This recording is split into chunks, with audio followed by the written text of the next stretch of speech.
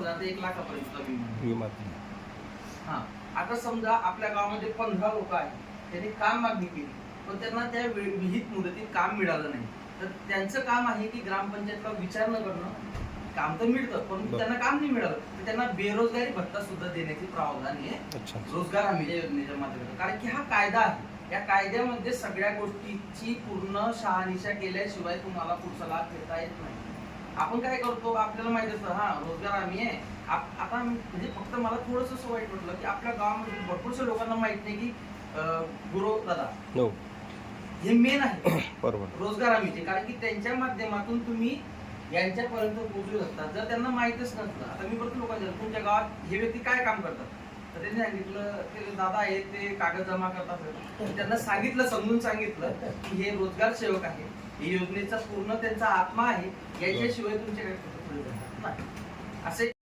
आणि जो invoice number आहे हा एकच दिसून आला आणि बिलांवरती जो नंबर आहे हे तिच्या दिसून आलेला नाही. तर याच्यामध्ये आम्ही पुरावा दिलाय MIS आणि कुशल साहित्य बिल, जे 16 बिल आहे त्यांचे आमचे जो रेकॉर्ड्स आहे ते आम्ही घेतलेले आहे. पण ग्रामसेवक याचा जबाबदार व्यक्ती आहे ग्रामसेवक, CDO, APO, TPO आणि लेखा विभाग. जर यांच्याकडूनही चूक झाली तर लेखा विभागाची जबाबदारी होती की ते बिलं बघणं, ते बिलांना व्हेरीफाय करणं की बाबा रे तुमचं हे बिल चुकलेलं आहे किंवा याच्यावर तारीख नाही.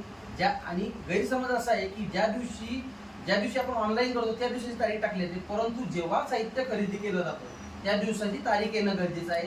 कारण की त्या दिवसाचा नंबर त्या बिलावरती असतो आणि तारीख असते, वेळ असतो. तर ह्या वेळेत तिच्या नमूद आलेलं नाही. सामाजिक आर्केशन प्रक्रियेदरम्यान आम्हाला या गोष्टी निदर्शनात आला. तर मी इथे आपल्याकडे ग्रामसेवक साहेब उपस्थित आहे, त्यांनी विनंती आहे की त्यांनी त्याच्यावर खुलासा द्या. छोटो तुम्ही याच नावातून लिहिलीत कडा पुढे जाता जसने वेगळी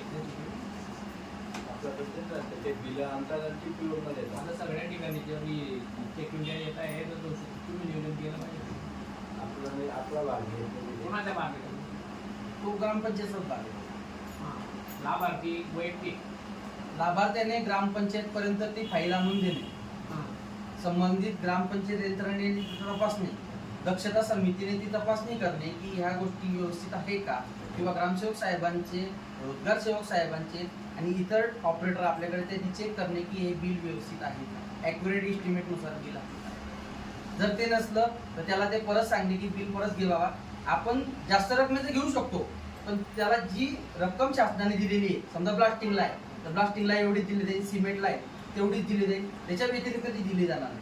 परंतु काय आहे, बिलवर नंबर नाहीये, बिलवर तारखा नाहीये आणि बिलवर सह्या स्वाक्षरी नाहीये, ह्या गोष्टी चुकीच्या आहेत. लाभार्थ्याने बी थोडंसं लक्ष द्यायला पाहिजे. आपण लाभ घेतोय शासनाचा आणि हे जो कर्मचारी बसले यांनी सुद्धा लक्ष द्यायला पाहिजे.